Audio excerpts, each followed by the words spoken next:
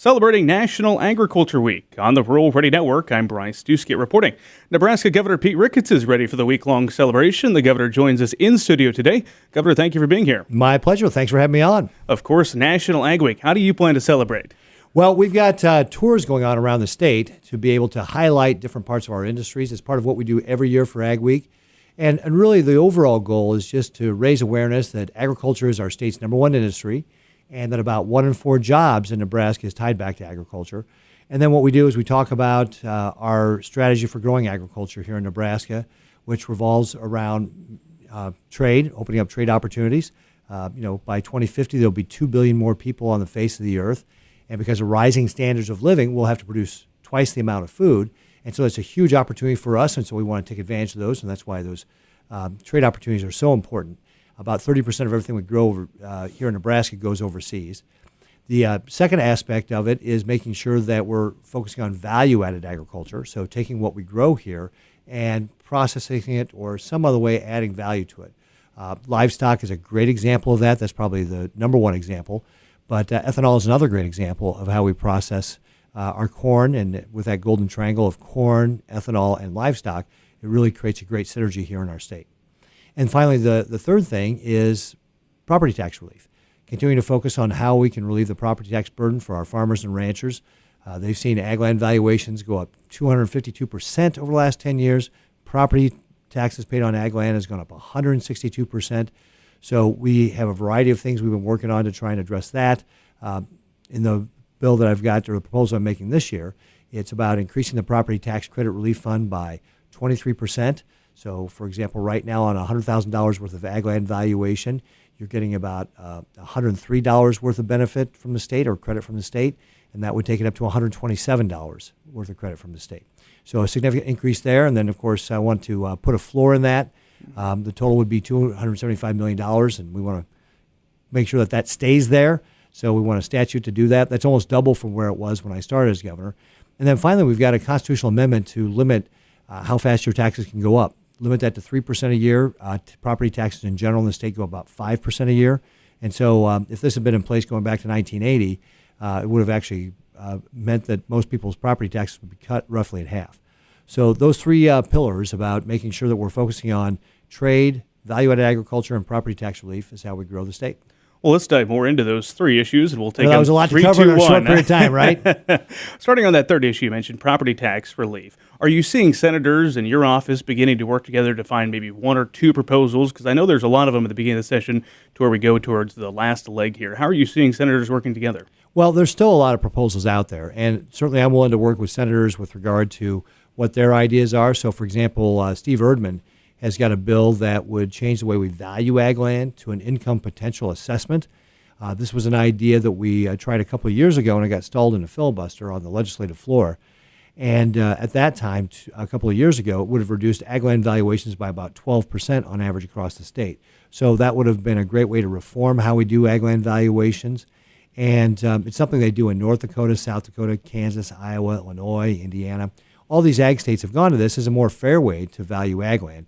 And they haven't seen the big run-ups in ag land valuations the way we have with our market sales assessment. So that's a great example of one. I'm certainly open to other ideas as well. The one thing, though, that we just got to keep in mind, A, anything we do has got to fit within the budget.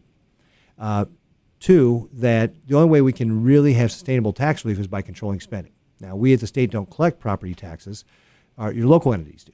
And that's why this constitutional amendment is so important, to limit how much those local entities can take your taxes up. Because without controlling spending, it's not going to matter. Anything we do is not going to matter. And then the third thing is we can't raise taxes on one group of people to pay for somebody else's tax relief. Raising taxes to lower taxes doesn't make any sense. So we have to just keep that principle in mind as we're looking at what these solutions for this upcoming session are going to be. But I know the Revenue Committee has got a lot of ideas, and they're going through their discussions right now. And my understanding is that the chair of the Revenue Committee, Senator Linehan, plans to have a bill out mid-April. So we'll see if she can hit that target. I know a lot of producers have property taxes on the forefront of their minds. The second thing you mentioned was value-added agriculture, specifically projects like the Costco expansion in northeast Nebraska. Specifically on that, and as you look to the future, has it been frustrating as a governor with livestock-friendly counties to see some of the disputes happening between neighbor and neighbor when it comes to maybe adding a generation back to the farm? Well, I think that's where we have to do a good job of educating people about what value-added agriculture means to our state and why it's so important we have that development. We want to do is make sure young people have the opportunity to come back to that family farm. We've got friends like the Borg family. Hannah is graduating this May from the University of Nebraska, and she's going back to the family farm near Wakefield. And in part, she's going to help work on that poultry barn they're putting up for the Costco facility. In my State of the State address, I highlighted the Scholes family in Seward County. Same deal. We've got a young person there who's going to help with those poultry barns. So that sort of value-added agriculture is really important, and that's where, again, I think we have to make that case.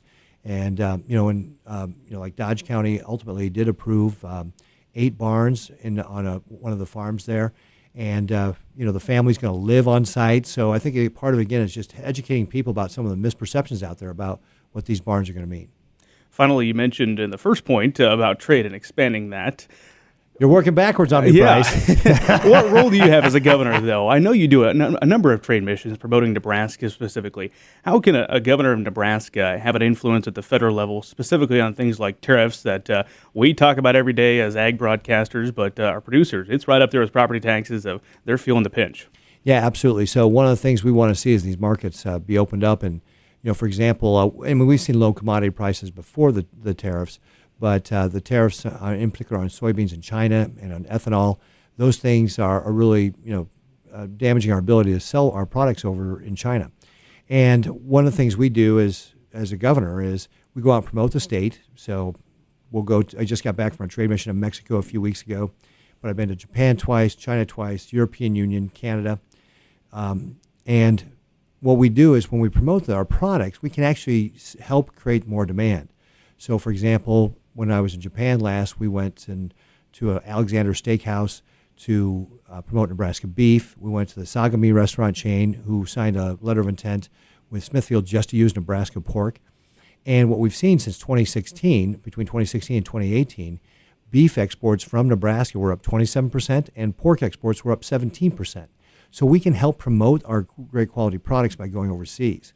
And then by working with the administration and really having our voice be heard, and this administration is very accessible. You talk to them about how important agriculture is and how important it is to get those trade agreements. I was just at the White House a couple of weeks ago talking with Ambassador Lighthizer. He's our U.S. trade representative, about getting these deals done as quickly as possible. The Chinese had actually stayed a couple of days longer in their negotiations a few weeks ago, so they were feeling pretty positive about making progress on that. Japan talks are starting.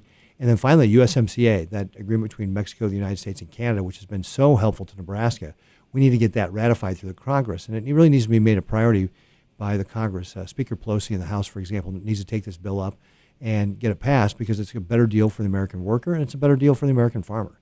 So I have actually been recently named to the White House's Trade Advisory Council. Now, I think because of the government shutdown earlier this year, my security background check got held up a little bit, so I haven't been approved for that yet. But again, the idea is that's another opportunity to have our voice heard with the White House about getting these trade deals done.